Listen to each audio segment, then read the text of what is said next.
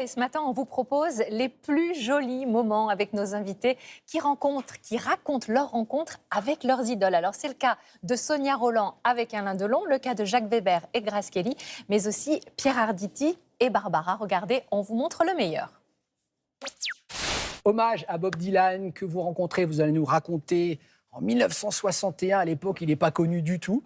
Hein. Oui, même pas de ses parents, puisqu'il venait de changer de nom. Donc il est passé de Robert Zimmerman. Zimmerman, il est passé à Bob Dylan, et ses parents ne le savaient pas. L'univers de Bob Dylan, pour vous? L'univers de Bob Dylan, moi j'ai tout de suite compris. Dès en 61, quand je l'ai vu la première fois, je suis resté 8 jours à New York, je l'ai vu une seule fois, et je suis rentré en France en disant j'ai vu l'homme du siècle. N'oublie pas de donner le bonjour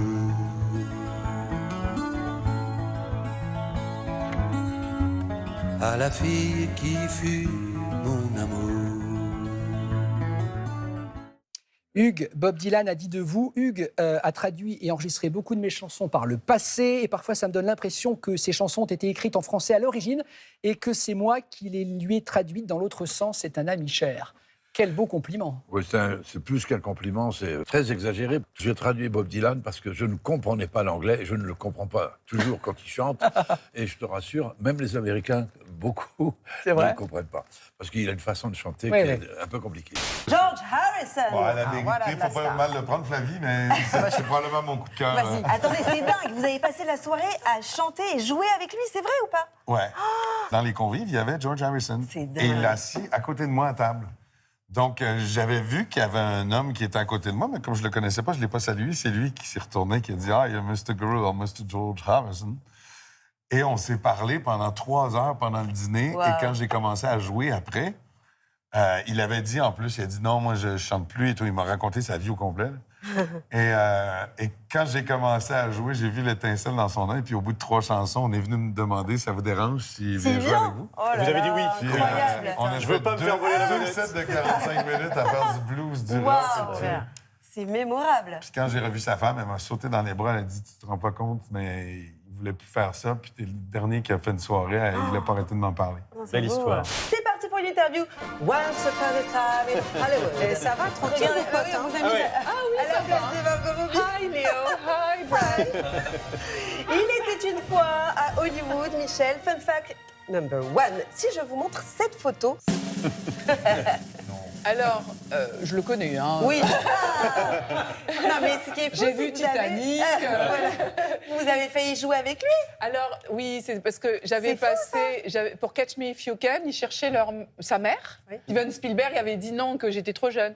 Et donc, quand j'ai rencontré DiCaprio à Cannes, au festival...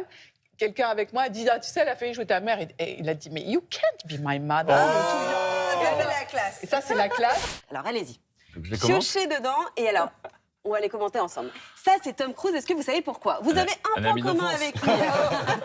Vous avez son 06 ou pas? Pas du tout, mais non, mais j'ai eu la chance de l'interviewer à l'époque, je faisais comme au cinéma. Oui. Et c'était rigolo parce que je pensais pas que j'avais un seul point commun avec Tom Cruise. Et vous en avez un. Mais il a déménagé 16 fois et moi 19 fois. Et ça, c'est dingue. Parce que ça a fait de vous un éternel premier.